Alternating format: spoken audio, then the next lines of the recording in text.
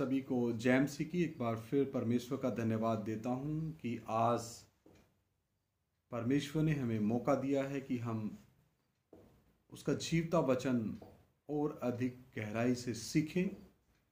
पिछले दिनों से हम अनादिकाल के परमेश्वर का विषय सीखते आ रहे हैं। आइए फिर एक बार सर झुकाएं और परमेश्वर के जीवते वचन को सीखने के लिए अपने हृदयों को खोलें।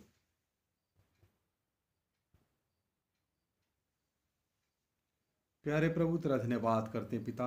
थोड़ी देर तेरा जीवता वचन अनादिकाल का परमेश्वर सीखने चाह रहे हैं। पवित्र आत्मा, आप हमारे अध्यापक हैं, हमारी ज्ञान बुद्धि समझ खोल दो ताकि तेरा जीवता वचन हम सीख सकें और अपना व्यक्तिगत रिश्ता आपके साथ और अधिक मजबूती के साथ बना सकें, कायम कर सकें और प्रभु आपके अनादिकाल के बारे में और अधिक पवित्र आत्मा के प्रकाशन के द्वारा हम जान सकें। ओ प्रभु, जो भी भाई बहन, बच्चे, बुजुर्ग, नौजवान ये वचन सुने, माता पिता, एक एक ही ज्ञान बुद्धि समझ प्रभु यीशु मसीह के नाम में खुल जाए और तेरा वचन उनके जीवनों में कार्य करे। प्रभु, हमारी प्रार्थना को सुन लो। प्रभु यीशु मसीह के नाम से मांगते, सुनो और ग्रहण करो, आमीन। तो हम पिछले काफ़ी दिनों से परमेश्वर का जो अनादिकाल के परमेश्वर का जो विषय हम सीखते आ रहे हैं। आइए एक बार फिर उसी विषय को हम आगे सीखेंगे। आइए मेरे साथ निकालें नीति वचन 9 अध्याय, नीति वचन 9 अध्याय और उसका हम पढ़ेंगे 10 वचन। नीति वचन 9 अध्याय उसका 10 वचन। यहोवा का भय माना बुद्धि का आरंभ है और परम पवित्र ईश्वर को जानना ही समझ है। तो मेरे प्रिय भाइयों बहनों, बुद्धि को प्राप्त करने के पीछे अनादिकाल के परमेश्वर का सकारात्मक तौर पर भय मानना, एक आदर के साथ भय मानना, एक श्रद्धा और प्रेम के साथ अपने यहोवा परमेश्वर का, अनादिकाल के परमेश्वर का भय अपने हृदय में, मन में रखना। तो वचन में लिखा है कि अनादिकाल के परमेश्वर का भय मानना बुद्धि की शुरुआत है। तो अगर वर्तमान मनुष्य जाति ने इस बुद्धि, ईश्वरीय बुद्धि की प्राप्ति की शुरुआत अगर करनी है तो अनादिकाल के परमेश्वर का भय उनके जीवनों में, उनके कार्यों के द्वारा नजर आना है। आगे लिखा है, और परम पवित्र ईश्वर को जानना ही समझ है। तो दूसरी बात, इस वर्तमान मनुष्य जाति को अनादिकाल के परमेश्वर को जानने का मन बनाना है और इस परमेश्वर के पीछे चलने का मन बनाना है।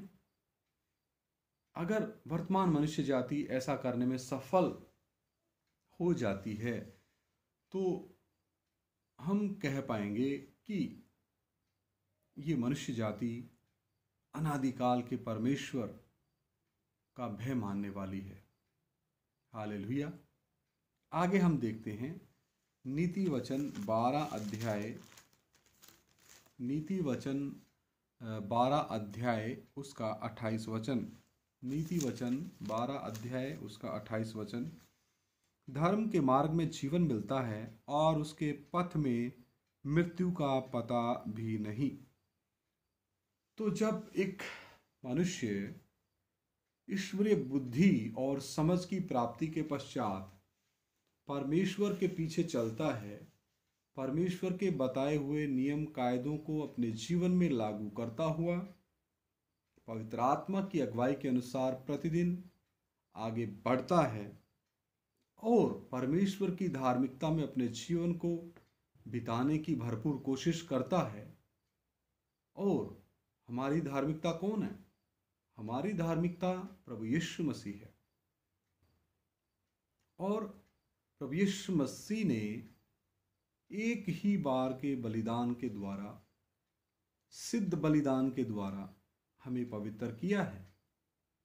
और हमें पवित्र करने वाला प्रभु यीशु मसीह का क्रूस के ऊपर बहाया गया बहुमूल्य परम पवित्र लहू है, जिसके द्वारा हमारे पाप और श्रापों की माफी मिलती है केवल उन लोगों को जितने भाई या बहन, बच्चे, बुजुर्ग, माता पिता रोमियो 10 अध्याय 9 वचन के अनुसार प्रभु यीशु मसीह को अपना प्रभु और मुक्तिदाता करके अपने मुंह से अंगीकार करते हैं, हृदय से मान लेते हैं कि परमेश्वर ने प्रभु यीशु मसीह को मुर्दों में से जिलाया।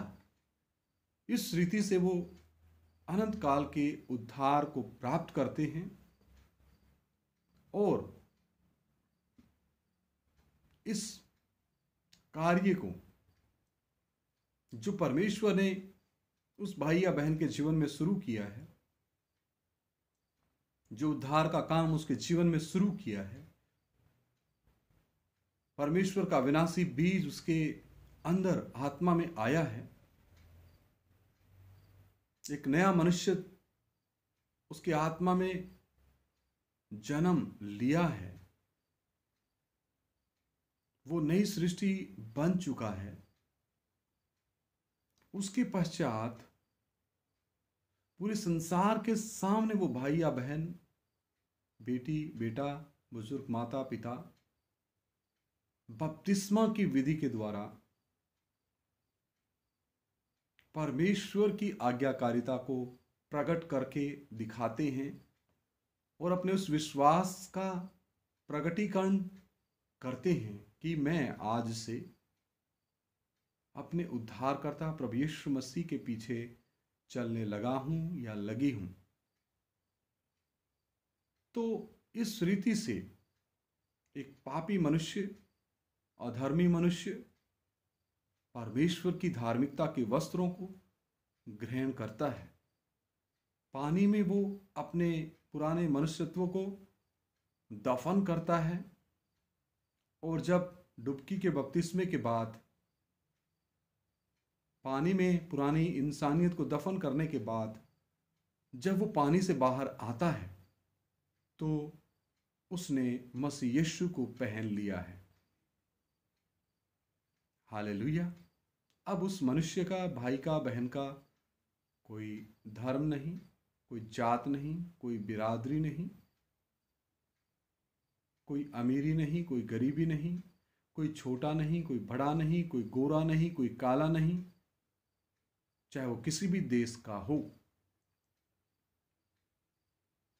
उसको पहला उद्धार मिल चुका है।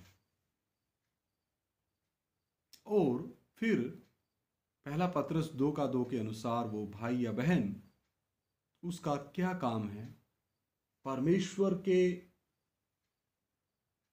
निर्मल और आत्मिक खालिस दूध यानी परमेश्वर के वचन की लालसा रखनी है, परमेश्वर के वचन को दिन प्रतिदिन खाना है, पढ़ना है, मनन करना है और अपने आत्मा में जो भीतरी मनुष्यत्व पैदा हुआ है, जिसका भोजन ये परमेश्वर का वचन है, उस भीतरी मनुष्यत्व को, उस इनर मैन को,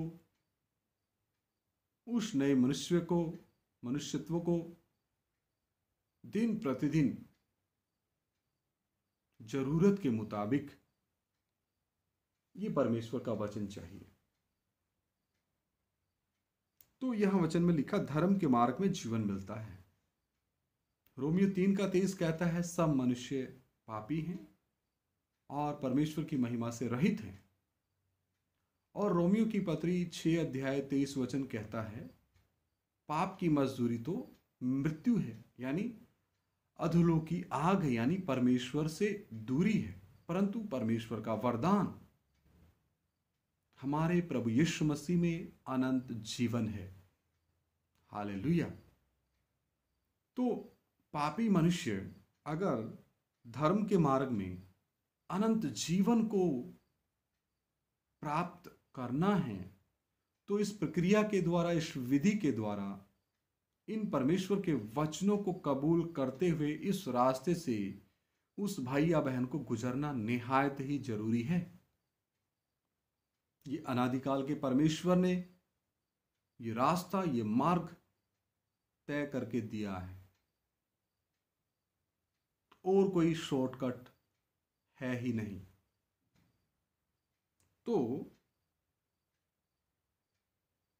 धर्म का अर्थ है सच्चाई, और सच्चाई सिर्फ परमेश्वर में है।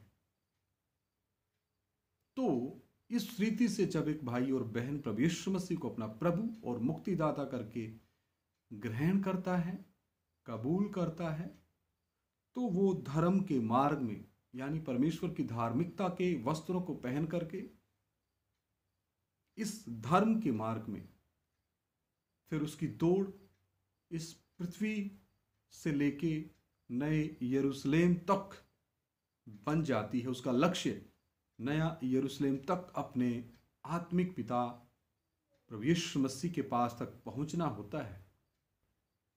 तो फिर वो मनुष्य अपने दूसरे उद्धार के कार्य में लग जाता है। वचन कहता है कि डरते और कांपते हुए अपने मुक्ति के कार्य को पूरा करते जाओ। तो ऐसे पथ में, इस धर्म के पथ में, इस परमेश्वर के द्वारा दिए गए धर्म के मार्ग में हमें अनंत जीवन मिलता है, और इस पथ में मृत्यु का पता भी नहीं। हालेलुया।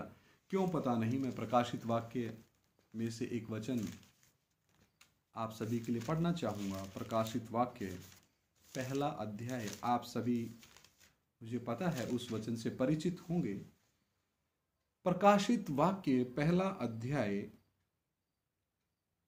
17 और 18 वचन में पढ़ रहा हूं। जब मैंने उसे देखा तो उसके पैरों पर मुर्दा सा गिर पड़ा। कौन? यूहन्ना, प्रेरित यूहन्ना। उसने मुझ पर, यानी प्रभु यीशु मसीह ने यूहन्ना पर अपना दाहिना हाथ रखकर कहा। दाहिना हाथ परमेश्वर के अधिकार को दिखाता है।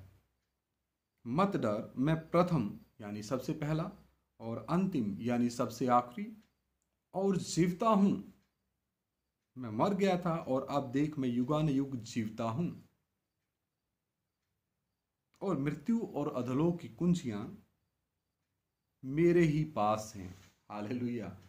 मृत्यु और अधोलोक की कुंजियां रखने वाला है हमारा परमेश्वर, एकमात्र सच्चा परमेश्वर, अनादिकाल का परमेश्वर, जिस विषय के बारे में हम सीखते आ रहे हैं। तो इस परमेश्वर को जानना बहुत जरूरी है, और इसके साथ आत्मिक रिश्ता, व्यक्तिगत रिश्ता मजबूत करना भी बहुत जरूरी है। आइए सर झुकाएं, प्रार्थना करें। महान जीवते प्रभु, अनुग्रहकारी पिता, तेरा धन्यवाद करते हैं, थोड़ी देर तेरा जीवता वचन सीखने के लिए आपने कृपा दिया।